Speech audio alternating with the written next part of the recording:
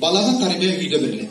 Ата-энелер, кайталап жакшылап көңүл буруңуздар. Ата-энелер, балага тарбия үйдө берилет, мектепте ошол берилген тарбиянын жыйынтыгы көрүлөт. Мектепте болсо билим берилет. Ошон үчүн дагы биз мектептерде билим берүү мекемеси деп атайбыз. Мектептер музактай болбой калды. Мектепте мугалимдер айныды деген ата-энелер өзүңөр кошуп айныгансыңар. Ошон үчүн мугалимдерди айнып көрбөйт. Эмне үчүн? Анткени бүгүн мен сабакты өтүп, for example, I am writing the topic of this lesson.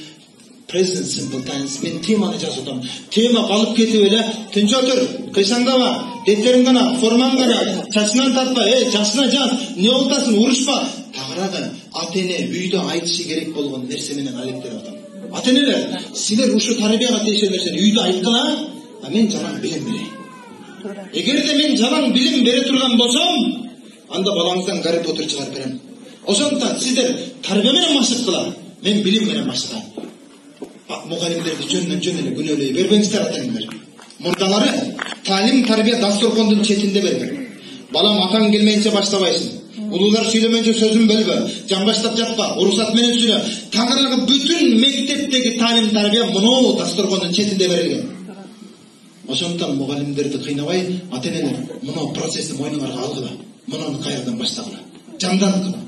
Жөндөн эле мугалимдерди күнөөлөп, жөндөн эле мектепти күнөөлөп, жөндөн эле билим берүү мекемелерин күнөөлөй бербеңиздер. Үй бүлө мекемелерин да оңдош керек.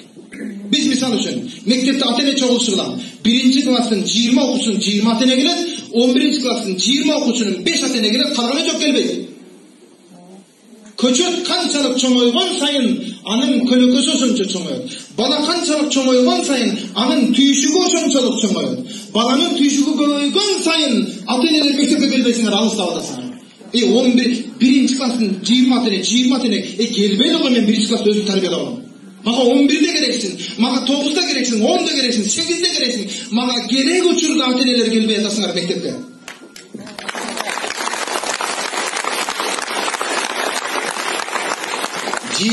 Yıllık egemendүүлүктүн içinde, hazır 2019, 28 yıllık egemendүүлүктүн içinde biz жаңы муундун катмарын пайда кылдык. Анар кайсы? Мурдалары ата-энеси жок томолой жетимдер, же ата же апа жок жарты жетимдер бар эле. Азыр ата-эне бар туруп тирүүлөй жетимдиктин запкысын тартаткан тирүүлөй жетимдердин катмарын пайда кылдык. Мен адеп сабагынан ата-энеге болгон урматсый деген теманы өтө албай атам. 45 мүнөттө 5 жолу өрүттүрүп атам. Билесиз эмнеге? 25 окуучумдун 5-өсү мына проблема менен кайгырып атат. Урматтуу ата-эне, мыналар үмүт менен чоңойот экен. Ата-энем өлсө да, атам өлсө да, апам өлсө да, тагам бар, тайкам бар, тайжем бар, апчем бар, энем бар деген менен. Бирок мыналар таштап кеткен ата-апасын жек көрүп күйүт менен чоңойот экен. Сетимсиз ташбор, боорукер болбой калат экен. Урматтуу ата-эне, келиңиз андай болса, чымчыктын уясы болсо да бузулбасынчы. Улуу муун, кемпир чалдар. Ана келиңди жамандап, небериңди жетим калдыргандан көрө, жашарыңды жашап бүттүң, базардан 1 кило эт алып, тузун көбүрөөк кошуп жеп отуруп ал эме.